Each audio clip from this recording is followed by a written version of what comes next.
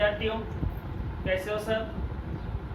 आज बायोलॉजी विषय का आगे और नया टॉपिक अपन लेके आए हैं और अपने इस चैप्टर का आज का ये लास्ट टॉपिक रहेगा। जो अपन चैप्टर पढ़ रहे हैं मानव रक्त परिसंचरण तंत्र का, और आज अपना लास्ट टॉपिक रहेगा हृदय से संबंधित विभिन्न रोग यानी बीमारियां। विभिन्न रोग और बीमारियों की जब अपन बात करते हैं तो आपके सामने मैंने नोटेड की हैं 10 प्रकार की प्रमुख बीमारियां हृदय से संबंधित होती हैं।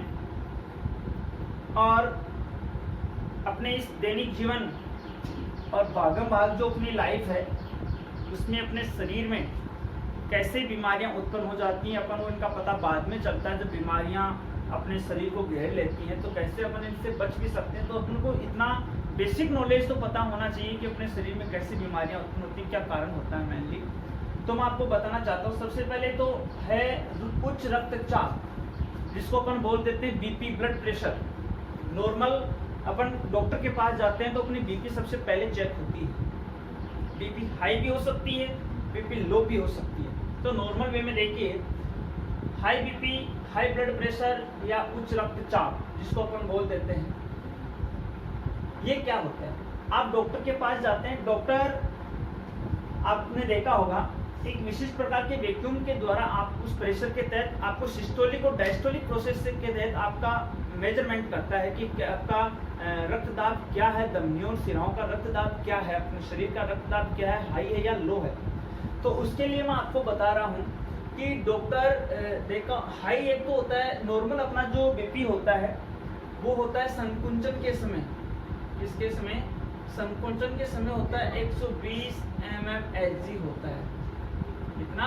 120 mmHg होता है। और जब विकुंचन की बात आती है तो विकुंचन के समय अपना होता है 80 mmHg होता है ब्लड प्रेशर, बीपी। अब देखिए, इससे यदि बीपी हाई जा रही है, 120 से अबव जा रही है, आप ये मान लीजिए नॉर्मल 130 से प्लस अपन मान लें, तो उसको तो अपन कह देते हैं कि बीपी हाई होगी। उसकी बीपी क्या होगी? हाई होगी। और बीपी हाई होने से अपन देखते हैं कि घबराहट होना, हार्ट की बीट ज़्यादा बढ़ जाती है, तो वो हो जाएगी बीपी हाई। और बीपी लो की जब अपन बात करते हैं तो अपन देखते हैं यदि 60 से कम हो जाए, या ये मान लीजिए 80 जो अपना एक लाइन दी हुई है उससे कम हो जाए, मेनली 60 की काफ़ी डेंजर कंडीशन हो जाती है। तो इस 80 mmHg से कम हो जाए अपनी बीपी, तो उसको अपन बोल देते हैं बीपी लो। बीपी लो की कंडीशन में जैसे चक्कर आ जाना, बार बार जी घबराने लग जाना, ऐसी कंडीशन आ जाती हैं, तो वो बीपी लो की सिचुएशन होती है। नेक्स्ट अपन बात करते हैं हृदयाघात। 3 बीमारियों की विशेष ध्यान रखना, हृदयाघात, हृदयाशूल, हृदयाघात और एक हृदय अवरोध। एक आती है हृदयाघात जिसको अपन बोलते हैं हार्ट फेल। हार्ट फेल का मतलब ये नहीं है कि व्यक्ति की मृत्यु हो जाती है। मृत्यु का कारण होता है हार्ट अटैक। तो हार्ट फेल का मतलब क्या होता है, मुख्य रूप से मैं आपको बता देना चाहता हूं कि हार्ट फेल की प्रोसेस में मेनली अपने शरीर में जो शुद्ध रुधिर का प्रवाह होता है, मतलब ऑक्सीजन युक्त रुधिर होता है, उसकी पर्याप्त मात्रा होती है, वो हृदय में नहीं पहुंच पाती है। और पर्याप्त मात्रा हृदय में नहीं पहुंच पाती है, और नहीं पहुंचने के कारण क्या होता है, अपने फेफड़ों में संकुंचन की प्रक्रिया हो जाती है। कौन सी प्रोसेस हो जाती है? मेन लक्षण क्या होता है इसका? फेफड़ों में संकुंचन। तो फेफड़ों में संकुंचन होता है, कौन सी रोग के अंतर्गत होता है? हृदयाघात में होता है, हार्ट फेल में होता है। नेक्स्ट मैं आपको बताना चाहता हूँ अपनी एक अलग आगे बीमारी आती है हृदयशूल, जिसको बोलते हैं एंजाइना। काफी इंपॉर्टेंट है, कंपटीशन एग्जाम में बहुत बार ये क्वेश्चन पूछा जाता है। मैंने इंग्लिश के वर्जन जो है वो तभी लिखे हैं वर्ड मेनली, क्योंकि इंग्लिश वाला आ जाता है कभी कभी। हृदयशूल एंजाइना, इसमें देखिए नाम से आगे वर्ड दिया हुआ शूल। शूल क्या होती है, जिसको अपन अपनी भाषा में नॉर्मल वे में यदि अपन इसको याद रखने की बात करें तो शूल का मतलब कांटा, और कांटा क्या होता है? चुभता है। तो इसका मतलब हृदयशूल एंजाइना में क्या होता है, जो अपने हार्ट होते हैं, हार्ट की जो मेनली जो अपनी धमनी होती हैं, धमनियां होती हैं, उन धमनियों में ब्लड का कंप्लीटली कंटिन्यू क्या होता है, ब्लड का प्रवाह न होने से हृदय में पर्याप्त मात्रा में ऑक्सीजन की नहीं पूर्ति होती है, और ऑक्सीजन की पूर्ति जब नहीं हो पाती है इसमें हृदय में, तो अपने जो शरीर है, शरीर में मेनली जो बायां भाग है, आपको मेनली बायां भाग में क्या होता है, दर्द होता है और कांटे चुभने जैसी अपन को आभास होता है। मतलब जैसे अपन ये कई बार कहते हैं ना कि मेरा पैर सो गया, तो पैर सोने के बाद जैसी झंझनाहट महसूस होती है अपन को, तो वैसी सिचुएशन उत्पन्न हो जाती है इसमें हृदय स्थूल नामक बीमारी में। नेक्स्ट आती है हृदयाघात, और हृदयाघात जिसको बोलते हैं myocardial infarction. Myocardial infarction, heart attack में क्या होता है कि जो मेनली अपने आप को बताया था कि मैंने हृदय होता है वो पेशी जनित होता है मनुष्य का। मानव हृदय कैसा होता है, पेशी जनित होता है। तो टोटल हृदय के अपन ने चेंबर बताए थे कि भाई हृदय के 4 चेंबर होते हैं, ऊपर वाले 2 आलिंद होते हैं, नीचे वाले क्या होते हैं, नीले होते हैं। अब देखना कि ये जो पेशियां होती हैं, पेशियां जब क्षतिग्रस्त हो जाती हैं, पेशियां जब हृदय की डैमेज हो जाती हैं, तो पेशियां डैमेज होने के कारण, क्षतिग्रस्त हो जाने के कारण क्या होता है कि रुधिर का कंप्लीटली हृदय में आवागमन नहीं हो पाता है, और आवागमन नहीं होने के कारण क्या हो जाता है, हार्ट अटैक, व्यक्ति का हार्ट क्या हो जाता है, मेनली पूर्ण रूप से कार्य करना बंद कर देता है, और व्यक्ति की क्या हो जाती है, मृत्यु हो जाती है। अब अपन कहते हैं कि भाई उसके हार्ट अटैक आ गया फिर भी बच गया, तो वो एक प्रकार की ऐसी बात नहीं है कि मांसपेशियां उसकी, ये बात नहीं है कि पेशियां उसकी क्षतिग्रस्त हो जाती हैं, वो अलग कारण होता है, क्योंकि कभी कभी थक्के बन जाते हैं धमनियों में, तो रुधिर का प्रवाह नहीं हो पाता। ऊपर मैंने आपको कुछ डिजीज बताई हैं, वैसी कंडीशन हो जाती है। हार्ट अटैक जैसी बीमारी में तो व्यक्ति की मृत्यु होना लगभग निश्चित है। नेक्स्ट देखिए, अगला आता है पेरिकार्डियाटिस बीमारी। 5वें नंबर की कौन सी है अपनी, पेरिकार्डियाटिस। तो इसमें हृदयाघात वाली में आप इतना ध्यान रखना, मेन बिंदु मैं यहाँ नोट कर रहा हूँ, यानी हृदय पेशियां क्या हो जाती हैं, क्षतिग्रस्त हो जाती हैं। हृदय पेशियां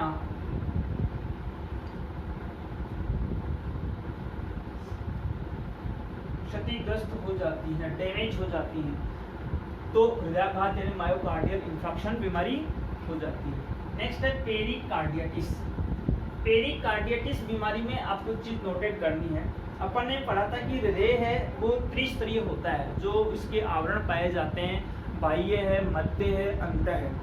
और मैंने कहा कि जो हृदयावरण है, हृदयावरण और इन स्तरों के बीच में क्या होता है, तरल कार्डियम, जो इसका पेरिकार्डियम पार्ट होता है हृदयावरण।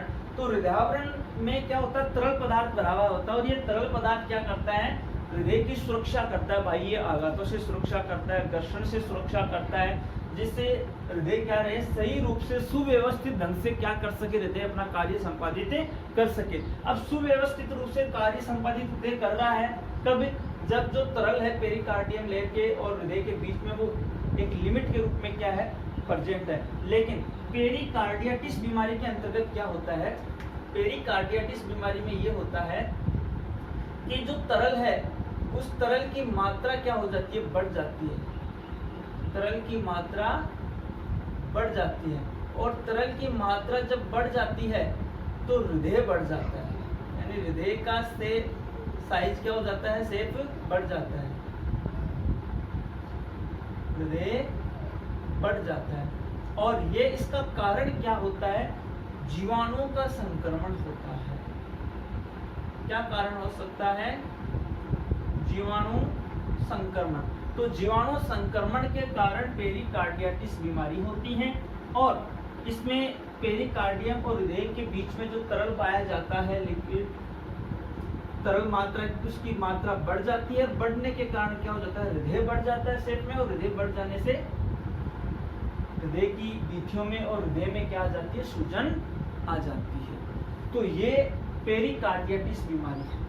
नेक्स्ट अपन बात कर रहे हैं एथिरोकार्डिनेज, सीएडी या हृदय धमनी रोग। सीएडी का मतलब क्या हुआ, कार्डियक एट्रियो डिजीज, यानी हृदय धमनी रोग, समझ गए, कार्डियो एट्री डिजीज। जैसे अपन वेन बोलते हैं, वेन किसको बोलते हैं, शिरा को बोलते हैं। वेन क्या है? शिरा है। तो आर्टरीज क्या है? धमनियां हैं। ठीक है, तो कार्डियक यानी हृदय, आर्टरीज यानी धमनियां, और डिजीज यानी रोग। तो नेक्स्ट इसको अपन ये भी ध्यान रखना, सीएडी भी आ सकता है शॉर्ट फॉर्म में, तो इस बात का भी ध्यान रखना। तो मेनली हृदय धमनी जो रोग है या एथीरोकार्टिनिया रोग है, नाम से स्पष्ट है, थोड़ा सा आप ध्यान रखना इस डिजीज में मेनली कि कुछ अपन डॉक्टर के पास भी जाते हैं, डॉक्टर अपन को कुछ ऐसी बातें बताता है कि आप तला हुआ खाना कम से कम खाना चाहिए। फास्ट फूड जैसे मेनली आप पिज़्ज़ा है, बर्गर है, इसी के अलावा मेनली जैसे कुछ अपने वेजिटेबल्स जो ऑयल्स हैं मेनली, या फैट कम से कम खाना चाहिए, डॉक्टर यही बात करता है मेनली। तो होता क्या है इस बीमारी के अंतर्गत कि जो अपने शरीर में धमनियां होती हैं, उन धमनियों में विशिष्ट प्रकार के जो फैट लिपिड्स हैं, जैसे कोलेस्ट्रॉल वगैरह है, वो क्या हो जाते हैं, ऐसे जम जाते हैं। अब वो जब ऐसे जम जाते हैं तो एक पहले की कंडीशन ये थी, जैसे मैं ये कंडीशन लिख रहा हूँ ए और ये कंडीशन है बी। ए कंडीशन में इजीली क्या हो रहा था, ब्लड का फ्लो हो रहा था, कोई प्रॉब्लम नहीं थी। लेकिन कंडीशन बी कौन सी है, जब कोई लिपिड ये पार्टिकल्स होते हैं, फैट है, कोलेस्ट्रॉल वगैरह, वो क्या हो जाते हैं, जम जाते हैं। तो अब देखिए, अब ब्लड को सप्लाई होने में क्या लग रहा है, कोई ना प्रॉब्लम आ रही है, प्रॉब्लम आ रही है। और जब ब्लड की सप्लाई में, उसके परिवहन में प्रॉब्लम आ रही है, तो पर्याप्त मात्रा में रुधिर होता है, वो कहाँ नहीं पहुंच पाएगा, हृदय में नहीं पहुंच पाएगा।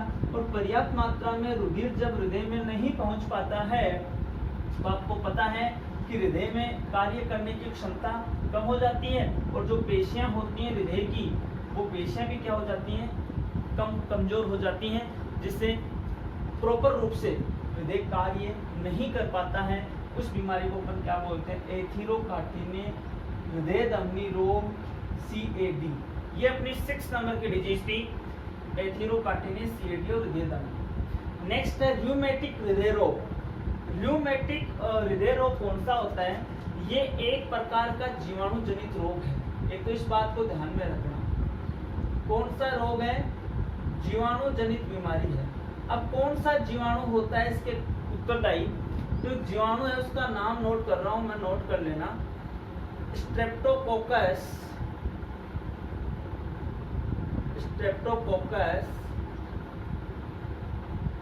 विरिडेंस। तो देखिए, स्ट्रेप्टोकोकस विरिडेंस एक बैक्टीरिया है, जीवाणु है। तो इस स्ट्रेप्टोकोकस विरिडेंस बैक्टीरिया का जब संक्रमण होता है, तो संक्रमण होने से अपना जो हृदय होता है उसमें सूजन उत्पन्न हो जाती है, और हृदय में सूजन उत्पन्न हो जाती है तो बीमारी कौन सी उत्पन्न होती है, र्यूमेटिक हृदय रोग उत्पन्न हो जाता है। कौन सा, र्यूमेटिक हृदय रोग उत्पन्न हो जाता है। तो आपसे एक तो एग्जाम में क्वेश्चन आ सकता है कि निम्न में से हृदय का कौन सी ऐसा बीमारी या कौन सा रोग है जो जीवाणु जनित होता है। तो एक तो अपना मेन तो र्यूमेटिक हृदय रोग ध्यान में रखना है। दूसरा मैंने आपको बता दिया था कि पेरिकार्डियाटिस जो बीमारी होती है वो भी किसके कारण होती है, जीवाणुओं के संक्रमण से ही होती है, जिससे क्या होता है, तरल की मात्रा बढ़ जाती है। तरल की मात्रा बढ़ने से हृदय की साइज भी बढ़ जाती है, तो वो पेरिकार्डियाटिस बीमारी थी। तो दोनों ऑप्शन आ जाए तो अपने दोनों ऑप्शन सही हैं। लेकिन यदि र्यूमेटिक हृदय रोग आ रहा है, तो ये बीमारी आ रही है, तो सबसे मेन क्या होगी। अब इसमें जीवाणु दिया हुआ भी है, कौन सा जीवाणु ध्यान में रखना है, स्ट्रेप्टोकोकस विरिडेंस बीमारी, ये आपको ध्यान में रखनी है मेनली, ठीक है। नेक्स्ट देखिए, मैं आपको बताना चाह रहा हूँ, एक अपनी हृदय अवरोध, जिसको अपन बोल रहे कि हार्ट ब्लॉक हो गया। ये बातें भी नॉर्मल अपने माइंड में या अपने पड़ोस में ऐसी बातें माइंड में आती रहती हैं, ऐसे केसेस भी आते रहते हैं कि हार्ट ब्लॉक हो गया। हार्ट ब्लॉक की जो प्रोसेसिंग है वो भी क्या है कि मेनली हृदय अवरोध की प्रोसेस में क्या होता है, अपनी जो धमनियां और शिराएं हैं उनमें जब रुधिर का प्रवाह होता है तो पर्याप्त रूप से रुधिर का प्रवाह नहीं हो पाता है। लेकिन इसकी प्रोसेस के लिए रिस्पॉन्सिबल क्या है, हार्ट ब्लॉक होता कैसे है। तो हार्ट ब्लॉक के लिए मैं आपको यहाँ बताना चाह रहा हूँ मेनली डायग्राम के द्वारा थोड़ा सा इसको समझना कि जैसे अपन ने बताया था कि अपना जो हृदय होता है वो ऐसी कंडीशन में प्रेजेंट होता है, ये अपने हृदय होता है। और ये ऊपर वाले दो चेंबर हैं आलिंद हैं, और ये होते हैं नीचे वाले दो चेंबर जिनको अपन क्या बोल देते हैं, नीले बोलते हैं। ये क्या होते हैं, नीले होते हैं। और ये क्या होते हैं, आलिंद होते हैं। ये बायां आलिंद है और ये दायां आलिंद है।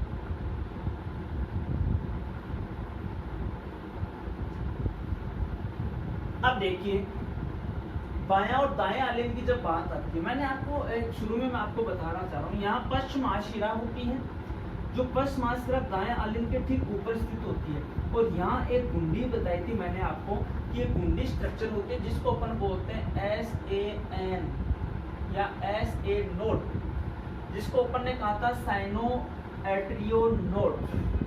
ओके, कहा था कि नहीं था, कोटर आलिंदीय नोड कहा था। क्या बोलते हैं हिंदी में, कोटर आलिंदीय नोड बोलते हैं। यहाँ से आवेग उत्पन्न होते हैं। मैंने कहा कि जब हृदय कार्य करता है, हृदय की धड़कन होती है, हृदय का संकुंचन और विकुंचन होता है, तो उसके लिए आवेग उत्पन्न होना बहुत जरूरी है।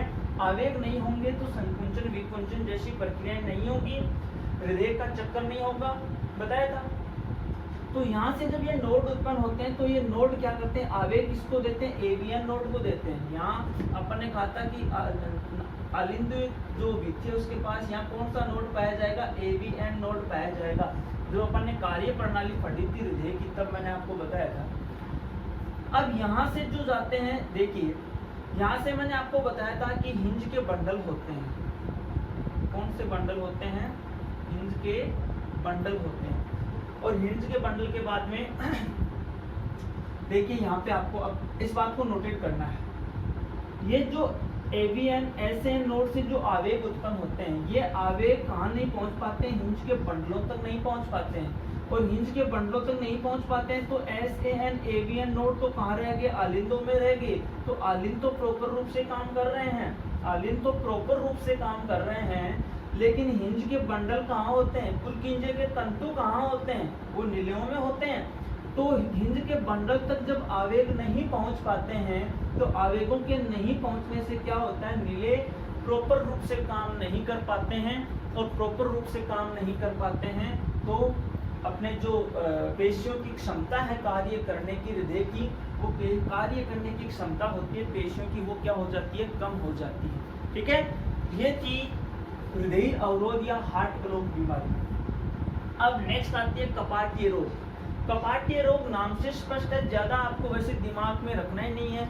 जो कपाट है, द्विवल्नी कपाट है, त्रिवल्नी कपाट है और अर्धचंद्राकार कपाट है, वो कार्य करना बंद कर दें या प्रॉपर रूप से कार्य ना करें तो जो बीमारी उत्पन्न होती है वो कौन सा रोग होता है, कपाटीय रोग होता है। तो कपाटीय रोग से संबंधित मेरे हिसाब से कोई आपको डाउट नहीं है। लास्ट आता है अपना कोरोनरी थ्रोम्बोसिस। देखिए कोई भी अपन को याद करना है, कोई भी बीमारी याद करनी है तो उसके नाम को पकड़ना है। ये तो अपन ने पढ़ा था कि भाई कोरोनरी होती है वो धमनी होती है, कोरोनरी क्या होती है, धमनी होती है। लेकिन थ्रोम्बोसिस, थ्रोम्बोसिस अपन थोड़ा बैठ जाते हैं तो अपन ने पढ़ा था थ्रोम्बोसाइट, और अपन ने थ्रोम्बोसाइट किसे कहते हैं, बिंबाणुओं को कहते हैं कि नहीं कहते हैं, कहते हैं। और बिंबाणु का काम क्या होता है, सबसे बड़ा कार्य बिंबाणु का एक ही होता है कि रक्त का थक्का बनना। ओके, अब रक्त के थक्के का जब निर्माण होता है तो रक्त के थक्के के निर्माण के लिए किसकी जरूरत होती है, थ्रोम्बोसाइट्स की। और उस प्रोसेस को अपन क्या बोल देते हैं, थ्रोम्बोसिस बोल देते हैं। अब देखना यहाँ पे देखिए क्या है, कोरोनरी थ्रोम्बोसिस क्या है। जो धमनियां हैं, कौन सी धमनी, कोरोनरी धमनी। तो जो कोरोनरी धमनी होती है उस कोरोनरी धमनी में रुधिर का क्या बन जाता है, क्लोट बन जाता है, थक्का बन जाता है। और रुधिर का जब थक्का उसमें बन जाता है तो जो रुधिर का प्रवाह होता है, रुधिर कहाँ जाता है, हृदय में जाता है। तो रुधिर हृदय में जाता है तो प्रॉपर रूप से रुधिर नहीं जा पाएगा, और प्रॉपर रूप से रुधिर हृदय में नहीं जा पाएगा तो बेटा हृदय तो क्या होता है, अपने शरीर का इंजन होता है। और इंजन में जितना तेल और ऑयल मिलता रहेगा तब तक तो क्या होगा, अपना इंजन काम करता रहेगा। और तेल और ऑयल नहीं मिलेगा, तेल और ऑयल का मतलब मैं यहाँ समझा रहा हूँ आपको, रुधिर, पोषक पदार्थ, ऑक्सीजन। अब जब वो तेल और ऑयल नहीं होंगे तो इंजन क्या हो जाएगा, शीज हो जाएगा, काम करना बंद कर देगा। तो ठीक इसी प्रकार से जब थक्का जम जाता है तो रुधिर प्रॉपर रूप से नहीं जा पाता है हृदय में और नहीं जा पाता है, तो उस बीमारी को अपन क्या बोलते हैं, कोरोनरी थ्रोम्बोसिस। तो कोरोनरी थ्रोम्बोसिस में आप इतना ध्यान रखना कि कोरोनरी धमनी होती है, उसमें क्या बन जाता है, रक्त का थक्का बन जाता है, जिससे रुधिर प्रॉपर रूप से कहाँ नहीं पहुंच पाता है, हृदय में नहीं पहुंच पाता है। तो ये प्रमुख डिजीज थी मानव हृदय से संबंधित। अब अपन आगे अपने नए चैप्टर के बारे में डिस्कस करेंगे, वो नेक्स्ट वीडियो में करेंगे। धन्यवाद।